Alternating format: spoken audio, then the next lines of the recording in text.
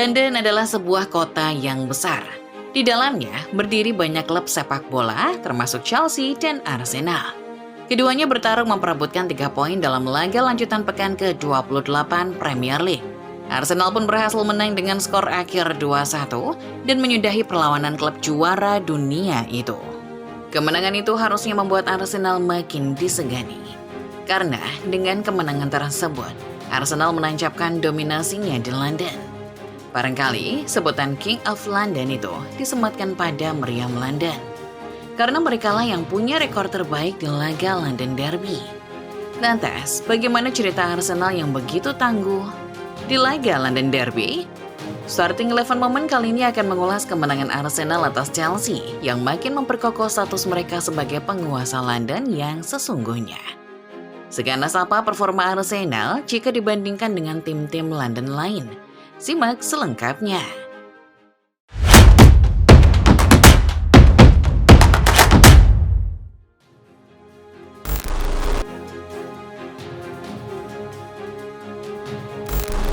Periode Super Sunday alias momen penutup sebuah game week Premier League selalu jadi periode yang dinanti banyak orang. Di momen ini, Premier League biasanya menyajikan laga super menarik. Khusus game week ke-28, sorotan tertuju pada Chelsea dan Arsenal, dua tim yang akan berhadapan langsung di Super Sunday. Secara koleksi trofi, Chelsea adalah klub London dengan koleksi terlengkap. Bahkan koleksi trofi mereka jadi yang terlengkap di antara klub-klub lain di dunia. Arsenal tidak mempunyai trofi sebanyak itu. Namun sebagai tim dengan sejarah domestik yang lebih kuat, Arsenal menolak mengakui status tetangganya itu.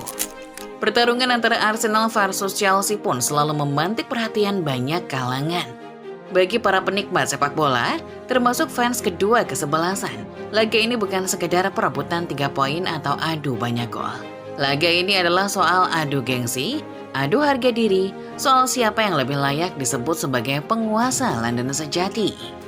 Di sisi lain, ada hal penting yang juga dipertaruhkan dalam duel hari Senin 2 Maret 2026 dini hari. Arsenal yang saat ini memuncaki klasemen, bertekad meraih 3 poin demi menjaga jarak mereka dengan para rival. Chelsea berusaha menghancurkan ambisi itu, sembari menjaga asa mereka lolos ke Liga Champions musim depan.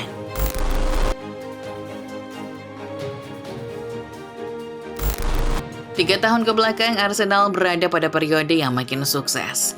Posisi puncak klasemen agaknya bukan lagi menjadi hal asing buat pasukan Mikel Arteta. Musim ini ceritanya pun sama. Arsenal tercatat belum pernah lengser dari puncak sejak pertama kali menduduki posisi tersebut pada game week ke-7 silam. Keperkasaan Arsenal yang belum tergoyahkan di puncak menciptakan personal bahwa Arsenal adalah klub yang harus dilengserkan bersama. Rasanya dalam beberapa bulan kebelakang, fans-fans klub EPL mulai berharap Arsenal lengser dari tahtanya. Harapan itu kembali datang pada game week ke-28 ini. Harapan melihat Arsenal tumbang sudah gagal di pekan sebelumnya, ketika Tottenham Hotspur besutan Igor Tudor malah dibantai di kandang sendiri. Kini, harapan itu berpindah ke tangan Chelsea. Secara kualitas, The Blues dinilai lebih unggul daripada Spurs. Karena faktanya, di bawah Liam Rosenior, tim London Barat memang sudah banyak berubah. Total 12 laga sudah dimainkan Chelsea di bawah asuhan Rosenior. Pelatih asal Inggris itu pun mengoleksi 8 kemenangan dan hanya 2 kali kalah. Namun di sini letak permasalahannya. 2 kekalahan Rosenior semuanya terjadi ketika melawan Arsenal. Dari sini Chelsea punya motivasi ekstra untuk melengsarkan Arsenal dari tahtanya. Pelatih asal Inggris itu pun mengoleksi 8 kemenangan dan hanya 2 kali kalah.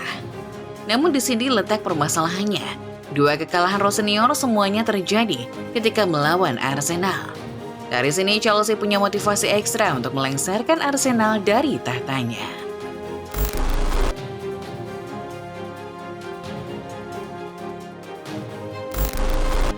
Emirates Stadium musim ini sudah tak lagi angker. Sejak kekalahan atas Manchester United dan hasil imbang lawan sejumlah tim semenjana, Arsenal patut lebih waspada.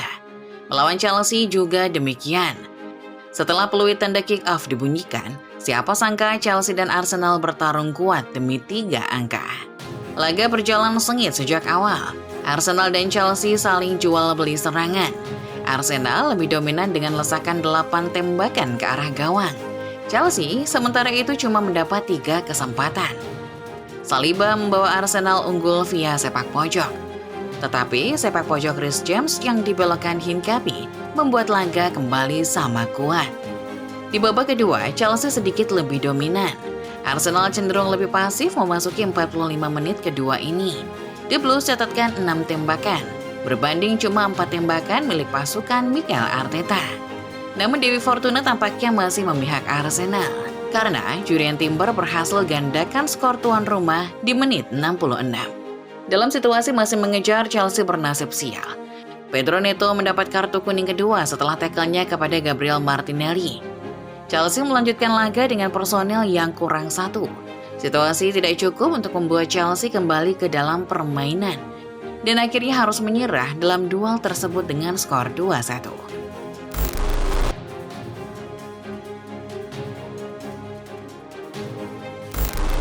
Seperti yang tadi sudah dibahas, laga Arsenal versus Chelsea bukan sekedar pertandingan sepak bola di atas lapangan. Ia adalah pertaruhan harga diri antara dua klub paling berkuasa di London. Kemenangan Arsenal di Emirates pun membuat anak asuh Mikel Arteta makin tancapkan dominasinya di London. Chelsea boleh memiliki trofi yang lebih lengkap, namun dalam setiap bentrokan melawan Arsenal, klub London Barat itu seringkali terlihat cupu. Mikel Arteta sendiri sudah 17 kali menghadapi Chelsea. Kini, total sudah 11 laga melawan Chelsea dilalui Arteta tanpa sekalipun kalah sejak terakhir kali takluk pada tahun 2021 silam. Rekor Arsenal era Arteta ternyata tidak hanya berlaku buat Chelsea, tetapi juga buat klub London lainnya. Opta mencatat laga melawan Chelsea di Emirates merupakan laga derby London nomor 70 buat Mikel Arteta sebagai nahkoda Arsenal. Sebagai catatan, 70 laga ini termasuk laga melawan West Ham, Brentford, Fulham, Crystal Palace, dan klub-klub London lain. Dari 70 laga, Arteta memperoleh 43 kemenangan.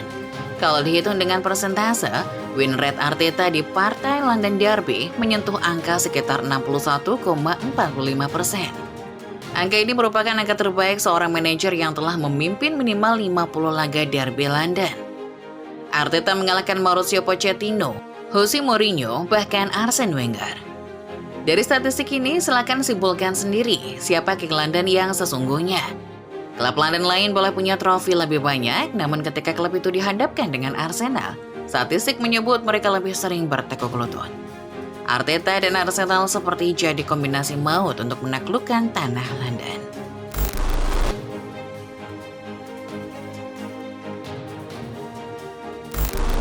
Arsenal secara tidak langsung telah menasbihkan diri sebagai klub London terkuat. Namun, pembuktian itu rasanya akan percuma apabila kisah perburuan gelar Premier League mereka musim ini punya ending yang sama seperti sebelumnya. Bagaimanapun, kemenangan melawan Chelsea telah memberi modal berharga buat David Raya CS. Tambahan 3 poin membuat Arsenal kini mengoleksi 64 poin di puncak klasemen. Mereka berhasil menjaga jarak 5 poin dari Manchester City yang kini masih terus membayangi di posisi kedua. Selisih poin tersebut menjadi sangat vital, mengingat setiap pekan di fase akhir musim bisa mengubah peta persaingan secara gratis. Meski demikian, jalan Arsenal masih jauh dari kata mudah. Dalam beberapa pekan ke depan, mereka akan menghadapi rangkaian laga sulit, antara lain melawan Brighton, Everton, Bournemouth, dan Man City. Opta bahkan menghitung Arsenal adalah tim dengan sisa jadwal tersulit nomor 2 tepat di bawah Chelsea. Setidaknya, kemenangan melawan Chelsea membawa pesan bahwa Arsenal belum habis. Di London, status mereka sebagai penguasa tak bisa dibantah karena statistik mendukung penuh status tersebut. Sementara di Premier League, kemenangan ini jadi pesan untuk para rival bahwa Arsenal belum menyerah mengejar trofi yang selama ini mereka idam-idamkan. Itulah dia Football Lovers yang membuat mereka kini layak dicap sebagai King of London sejati. Kalau menurut kalian sendiri Football Lovers, setujukah kalau Arsenal dicap sebagai King of London? Atau Arsenal harus juara Premier League dulu untuk membuktikan? Komen di bawah ya. Like video ini kalau kalian suka, subscribe channel Sorting 11 Moment, dan jangan lupa nyalakan notifikasinya, supaya kalian gak ketinggalan setiap update serta bahasan-bahasan menarik seputar sepak bola lainnya. Terima kasih dan sampai jumpa di video berikutnya.